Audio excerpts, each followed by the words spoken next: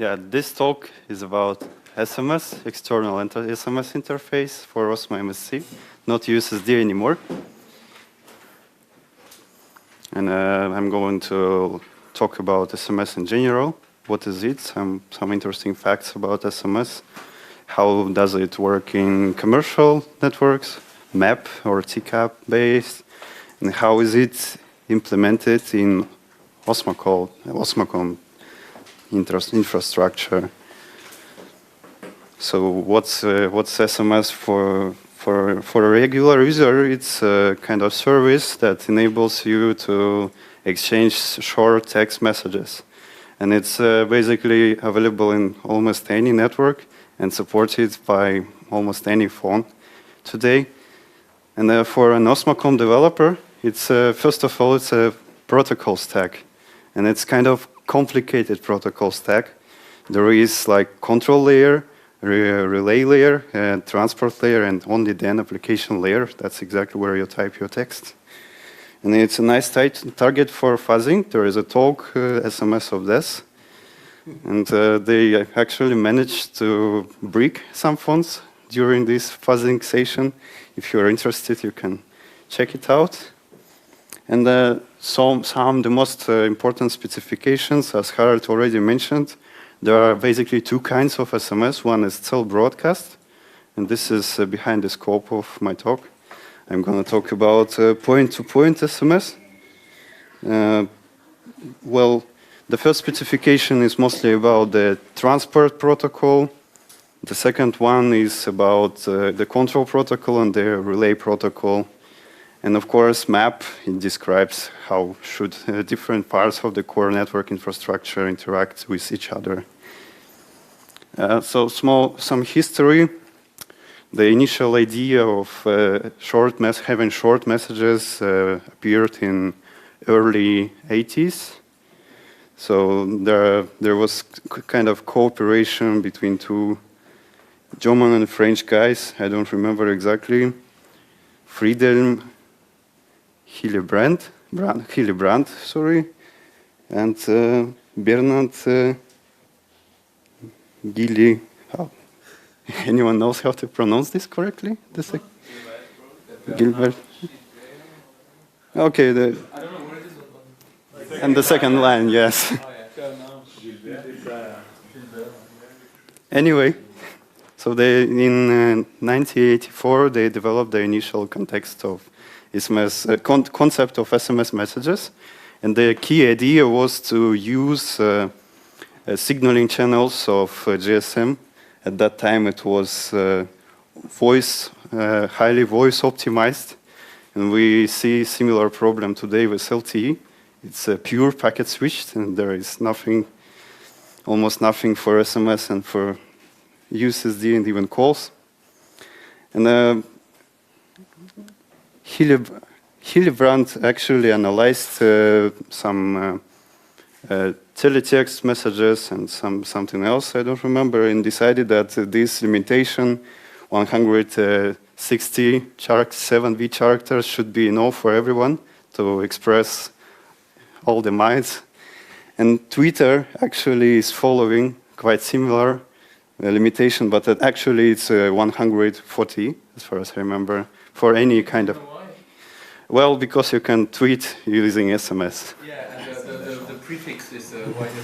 Yes, it will be something about it later. So in February 1985, the first proposal of SMS that he initiated actually the development of SMS. So it was accepted, approved by GSM Group.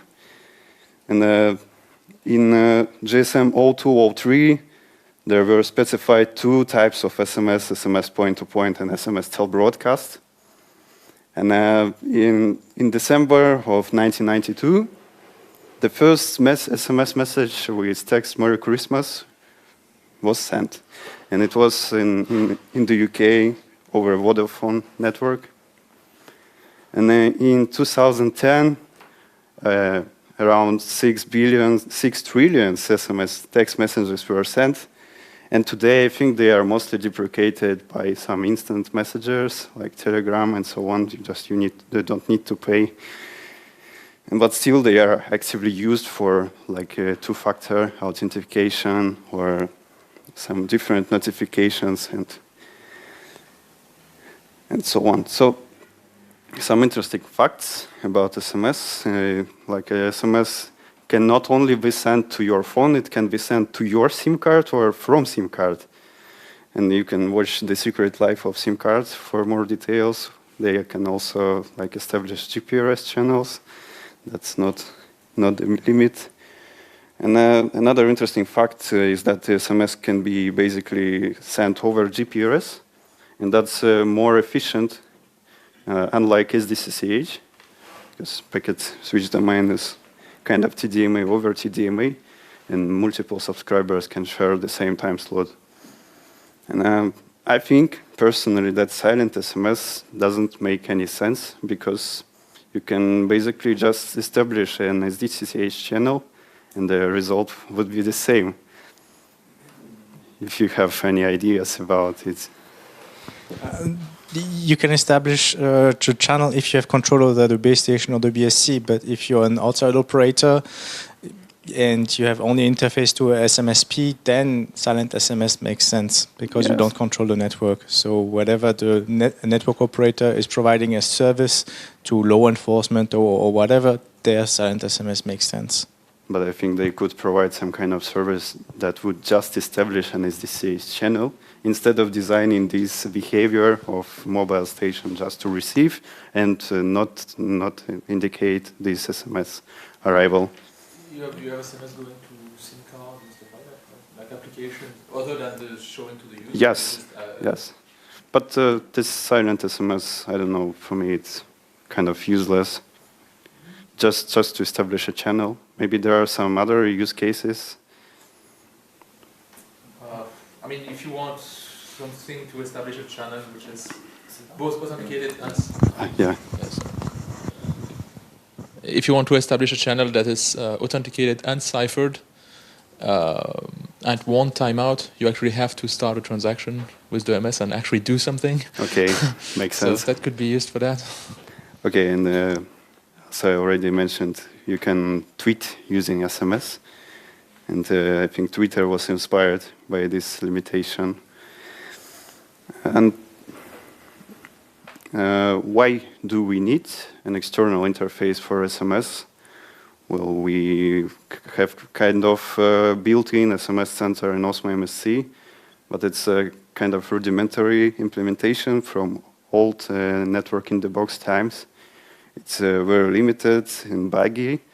Like a few weeks ago, I've been writing some unit tests for it, and it's far from being perfect. And normally, SMS Center is a kind of separate entity of GSM network, and we need to be able to talk to some commercial implementations of SMS centers or implement our own SMS center. Or if you even have multiple mobile switching centers, they definitely would need to connect to some single SMS entity. There is no need to maintain separate databases. And Osmocom also does support SMPP protocol, but the problem of this approach is that it involves some kind of transcoding between TPDU, the transport protocol, and SMPP protocol, and that may be something that's not desired. And I will make it a bit. Yes, so this is kind of graphical representation of the SMS protocol stack, and it's a bit different on the radio access network and different on the core network. So you have your application layer. Basically it's just text of your SMS or wherever.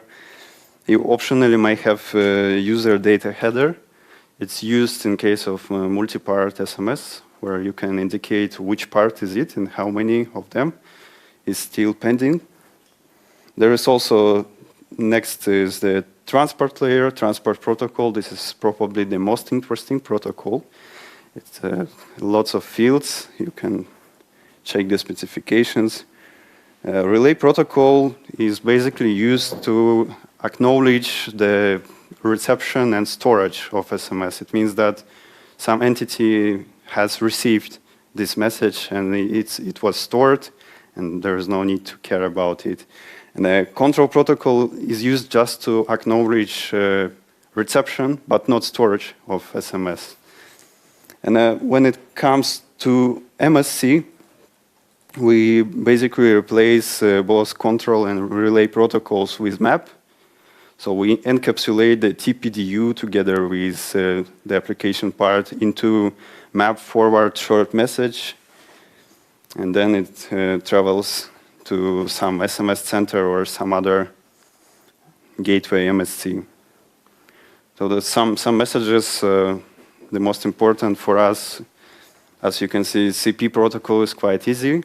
There is CP data that's commonly used to transfer some RPDU payload. CP ACK, it means that, okay, I received this.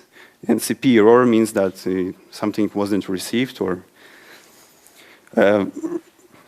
RP data, or is RP SMMA. RP data is used to carry TPDU. It's the transport protocol. And SMMA is used to notify the network that some mobile station has memory available to receive at least one SMS. There is also RP ACK, RP error. It's probably when there is no space left to store SMS, mobile would send RP error message with proper case. And on the transport layer, we have like SMS submit, SMS deliver messages, delivery report, and some SMS commands. As far as I remember, it can be used to, for example, remove already sent SMS from SMS center.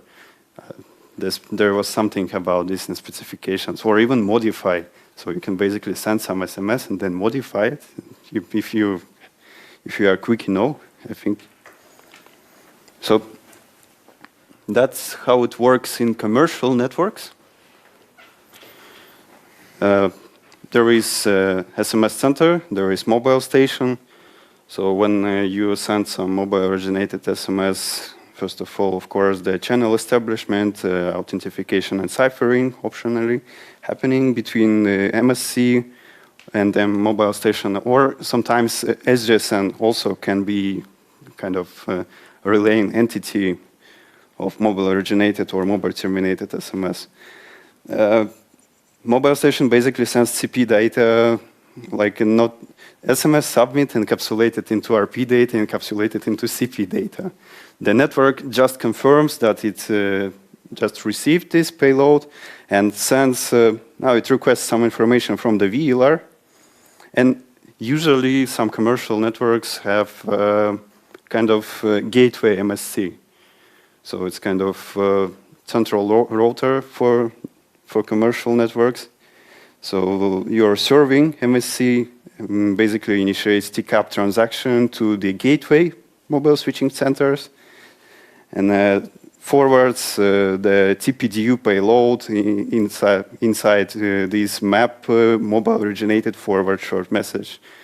And the gateway MSC would take care about forwarding this message to the SMS center where it's going to be stored. So as soon as SMS center confirms that the message was received, we actually send some acknowledged message on the map side, and then we confirm to the mobile station that your message were stored. So we say RPAC. And then mobile station confirms that it's received this RPAC and sends CPAC, just to be sure. Okay, and in case of failed delivery, the SMS center may reject this SMS, and so we say NAC, and we say RP error with some cause that something went wrong. And in case of mobile terminated SMS, things get more complicated. Like first of all, the SMS center forwards mobile terminated message to the gateway MSC, Then the gateway MSC needs to know which MSC to contact, where is the subscriber for which this message is going to be forwarded. So it contacts to the HLR using map send routing info for short message, as far as I remember. And it basically indicates the MSISDN of subscriber, and the result, the response should contain either IMSI or LMSI. It's a kind of TMC, but on the map. And the MSC number that we need to establish TCAP transaction with. So we establish transaction and forward mobile terminated short message to the serving SGSN or MSC of subscriber. Then there is a paging request happening, again, channel establishment, and then the serving SMS just forwards it using the same process like RP data, CP data, and so on. So RPAC from MS triggers map forward, MT forward message ACK, and then it's delivered. But we are not implementing TCAP nor MAP. In Osmocom, we are using GSUP, and there are a few reasons. One of them is that we don't have reliable implementation of MAP in C yet. We need to deal with ASN1 encoding, and we also need to deal with some lower layer protocols of MAP, like in which it's being encapsulated. So we use GSUP. It stands for Generic Subscriber Update Protocol. It's a simple TLV-based protocol that runs over TCP IPA connection. And we basically abuse Osmo HLR as the kind of GSUP router. Like there is no such thing like gateway MSC. We use HLR for that. So everything goes through Osmo HLR. And over a single TCP IPA connection, there is no such thing like multiple connections. And yeah, there is no direct communication between the core network entities. Everything is done through Osmo HLR. So we have the following GSUP message types. Basically, they are quite similar to MAP messages to be able to easily convert between GSUP and MAP. So there is mobile originated forward short message, like request, result, and error. That's usual variations of messages in GSUP. Mobile terminated message and ready for short message. This message is used when either mobile station indicates that it has some memory available, either it wasn't connected to the network, and when it does IMSI attach, the MSC should notify the SMS center that the subscriber is ready now. So we have some basic information elements like destination address, originating address, the TPDU itself, and more messages to send. That's more or less generic information elements from the map specifications. Alert reason, of course, also a part of this specification. But since we don't have TCAP, we somehow need to distinguish between kind of transmissions of SMS because we're still using a single TCP connection.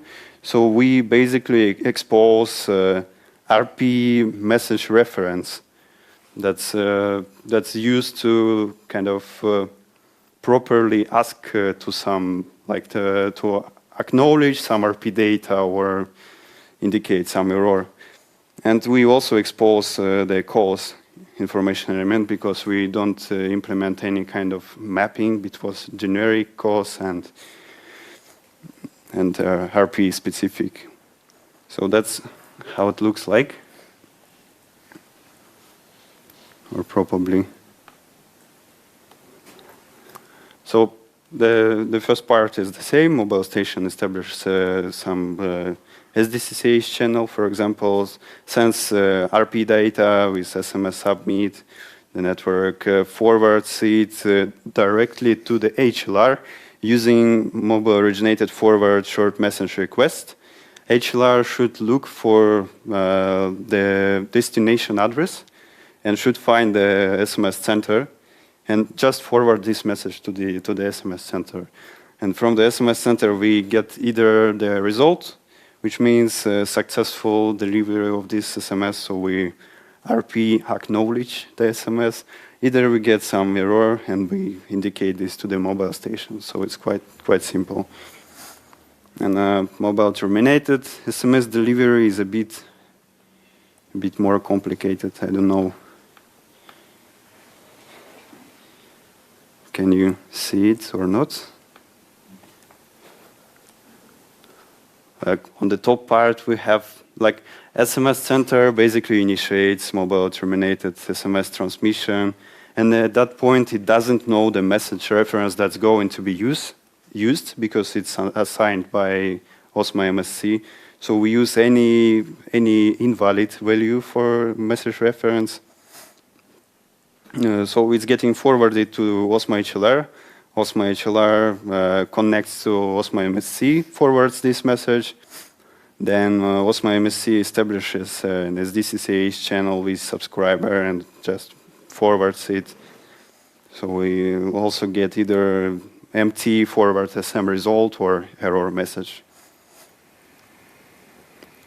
So what we basically support is mobile originated message delivery, mobile terminated message delivery, and kind of alerting when mobile station has some memory to receive some SMS. We have, I think, more or less complete TTC and testing coverage. The only part that's probably missing now is proper handling of multi-part SMS. The problem is that the SMS center may indicate that there are some more messages to be sent. Like if you are running behind the limit of 160 characters.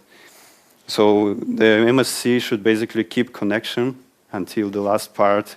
All the parts are delivered because there is no need to terminate and establish connection again and again. It would just waste resource wastement. The current reference counting implementation in Osmo MSC doesn't allow to implement this properly, so I'm looking forward for the patch of NIRS to be merged. So hopefully it will make everything simpler. Regarding the GPRS packet switch domain, I don't think it's that important for us to support this kind of delivery at the moment. And another important thing is that SMS over GSUP breaks SMPP support. You cannot have SMPP and SMS over GSUP at the same time. Because, for example, if some message is getting sent over SMPP, it can be forwarded to Osmo HLR because we don't tag from where does it come from. It can be solved, I think. So that's why it's disabled by default. And if you need to enable it, you just go to the VTI and just set this SMS over GSUP parameter. So I was going to show some message examples in Wireshark.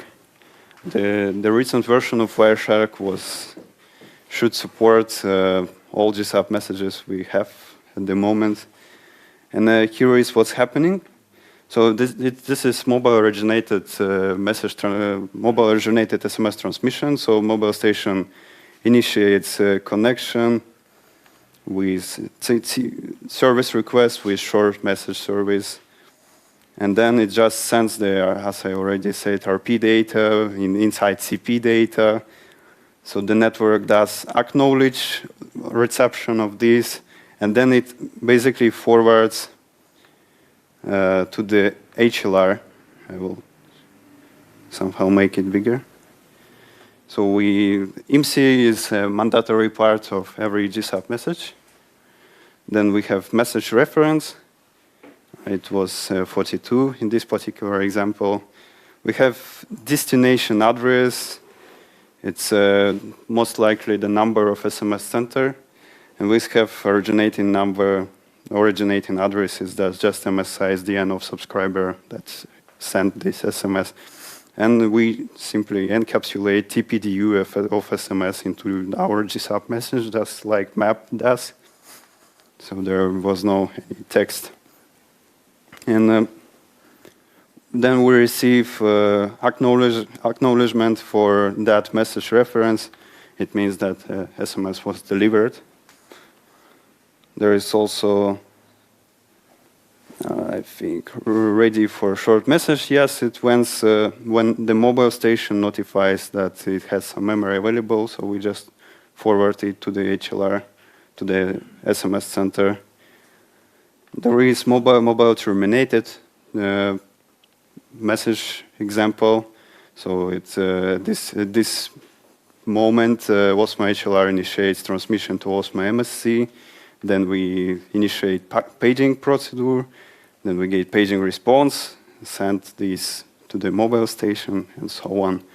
So as soon as mobile station acknowledge this RP data, we just send forward SM result with the same message reference. That's the key point. I think that's more or less it. If you have any questions, microphone is yours. So yeah, the question is, why are you routing it through Osmo HLR? I guess because you need some information stored there, but why it was decided to do it like that and not have some other process outside of Osmo HLR to actually request information to Osmo HLR when it was needed? Well, it was a kind of decision to make HLR kind of a central gateway like commercial networks do. But in the case of commercial networks, it's called Gateway MSC, but we have kind of Gateway HLR. So it's simpler, and probably Harald can... But still, the gateway is a separate entity, right, from the HLR? Or no, from the MSC in that case? It's a part of Osmo HLR. And we are yeah, in our case it is, but not in commercial networks. Not in commercial networks, of course. HLR in general is not dealing with SMS delivery. Yeah, so I'm just wondering why not just having it in another process, you know? We would have to kind of complicate our GSUP connections. We would have to implement direct communication between like SMS Center and Osmo MSC. And in our case, Osmo MSC is just a TCP client that connects to Osmo HLR, and that's it. So yeah, basically you want to have a simple setup for the non-map use case. And simple means you want to have as little of the complexity of setting up, you know, extra point codes and extra routes and all the kind of stuff that you would need on whatever level. You just want to have a simple single a TCP connection and that's how Osmo MSC has always handled it. And now you want to be able to swap in either to use Osmo HLR or to swap in whatever other gateway. So I'm not sure what advantage it would be to split that up into separate functionalities, because either you want to interoperate with a map or diameter or whatever external network, and then you need that gateway, and for sure you will not use Osmo HLR, or you will be using Osmo HLR, but then there's no point in having a gateway. So I think there's a very clear distinction between those two use cases, and I don't think there's a need to mix them in any way and complicate the network setup. Actually, maybe one can comment because they are at the moment developing some kind of converter between just GSUP and map. So yeah, it works. It just works. Yeah, so one port it's okay. So they basically don't use Osmo HLR. Yeah, so we don't use Osmo HLR as Harald said. So it's okay. You just use all GSUP traffic on one port, so it's okay. Is this gateway open source? No. Okay. Because we use TCAP and MAP and SS7 stack. It's not open source, so that's that's right. So now we can pretty much split up SMSC from MSC using this protocol and move SMPP, for example, there. In this case, definitely the problem gone. That's actually how commercial mobile switching centers work. There is no SMSC in them. It's usually a separate process. So related question then, how did you test it? What you used on the other end of this connection? I usually use TTCN3 test cases. Of course, you can implement something in C, but it just works with TTCN. I'm actually thinking about some little proof of concept implementation of SMS center that would just store something in the SQL database, just to show that it works. Maybe, but I would need to do this IPI. I don't know. Oh, okay. That would probably take. Makes sense. Any more questions, I think?